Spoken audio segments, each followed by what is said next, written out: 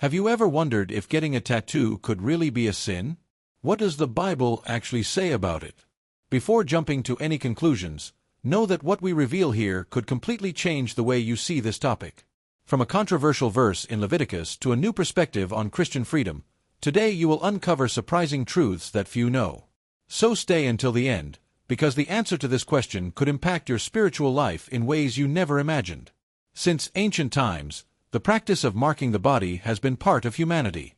In the biblical context, tattoos were associated with specific cultural practices, such as mourning rituals and worship of pagan gods. In Leviticus 19 verse 28, God commanded the Israelites not to make marks on their bodies, a directive reflecting the need to distance themselves from pagan customs. Before forming any judgment, it is crucial to understand this historical and cultural context to avoid applying an anachronistic interpretation to current practices. One of the most cited texts about tattoos is Leviticus 19 verse 28. Do not cut your bodies for the dead or put tattoo marks on yourselves. I am the Lord. However, upon analyzing this verse, we see it is part of a set of laws directed toward the people of Israel. Many of these laws no longer directly apply to Christians, as they were fulfilled and reinterpreted through the New Testament. This leads us to reflect on what truly matters, the essence of the heart before God. Christian freedom, widely explored in the New Testament, teaches us that salvation is not about adhering to Mosaic law but about living by the grace of God. Paul highlights in Galatians 5 verse 13 that we are called to freedom, but it must be used with responsibility and love. With this, the question of tattoos becomes less about fixed rules and more about principles of wisdom and personal discernment. Everything we do should align with our spiritual values. When considering a tattoo, the central question is, why? If it is to glorify God or express something meaningful with a pure heart, it can be seen as a personal expression of faith. However, if the motivation stems from vanity, rebellion, or something contrary to Christ's teachings, it's a moment to reflect and seek guidance. Interestingly, many people today use tattoos as a way to express their faith in God. Bible verses, Christian symbols, and declarations of love for the Lord are found in tattoos worldwide.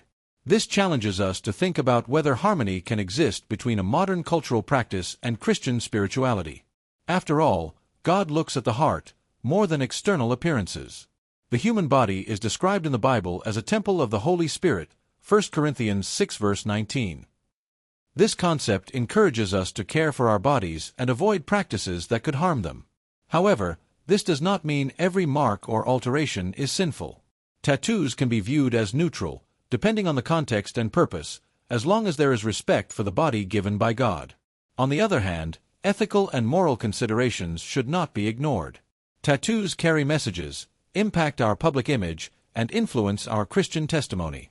Each person must evaluate whether what is represented on their body reflects Christ's light and builds up not just themselves but those around them. Everything we do should glorify God, including the choice to mark or not mark the skin.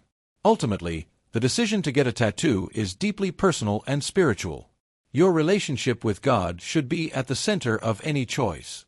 Pray, seek discernment, and reflect on your motives to make a decision that glorifies God and aligns with His will for your life. There isn't a definitive answer for everyone, but there is a loving God ready to guide every heart that seeks Him.